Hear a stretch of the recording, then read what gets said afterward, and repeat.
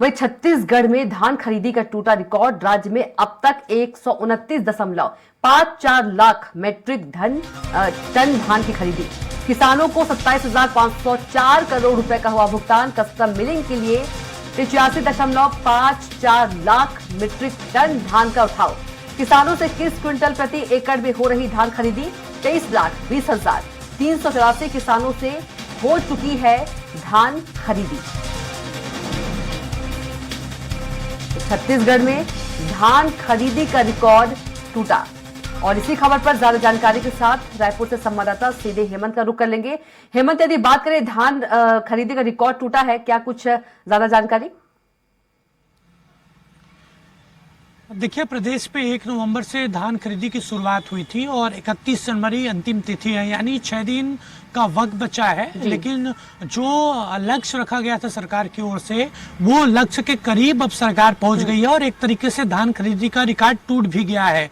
पिछली बार 115 lakh metric ton धान की खरीदी हुई थी और इस बार अगर बात की जाए तो 6 दिन शेष है। लेकिन जो आंकड़ा निकल कर सामने आया है उसके मुताबिक 129.54 लाख मीट्रिक टन धान की खरीदी हो गई है और ये रिकॉर्ड है। छत्तीसगढ़ के इतिहास में पहले कभी इतनी मात्रा में धान की खरीदी नहीं हुई थी। हालांकि विधानसभा चुनाव के दौरान थोड़ा ब्रेक लगा था धान खरीदी में, लेकिन उसके बाद जब आचार संहिता हटी तो जो धान खरीदी का प्रोसेस है उसमें तेजी आई।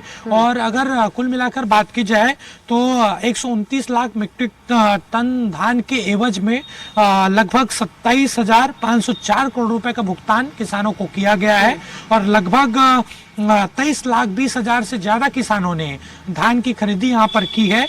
और कस्टम मिलिंग, क्योंकि देखिए धान खरीदी के बाद कस्टम मिलिंग का जो महत्वपूर्ण काम है वो होता है और 85.54 लाख मीट्रिक टन धान का उठाव भी हो गया है और इसमें लगातार प्रक्रिया तेज कर दी गई है कि जल्दी से जल्दी धान का उठाव हो जाए, क्योंकि मौसम लगातार खराब यहाँ पर चल रहा है और बारिश होती है तो स्थिति खराब हो सकती है। लेकिन उससे पहले ही तमाम तरह की व्यवस्था की गई है और जल्द से जल्द अब धान का उठाव यहाँ पर किया जा रहा है। जी बिल्कुल। यदि हेमंत बात करें छत्तीसगढ़ में जिस तरह से धान खरीदी का रिकॉर्ड टूटा है, लेकिन अब जो राजनीतिक पार्टी है, चाहे हम कांग्रेस की बात करें, बीजेपी की बात करें, दोनों ही पार्टी जो है श्रेय लेने की होड़ लग गई है।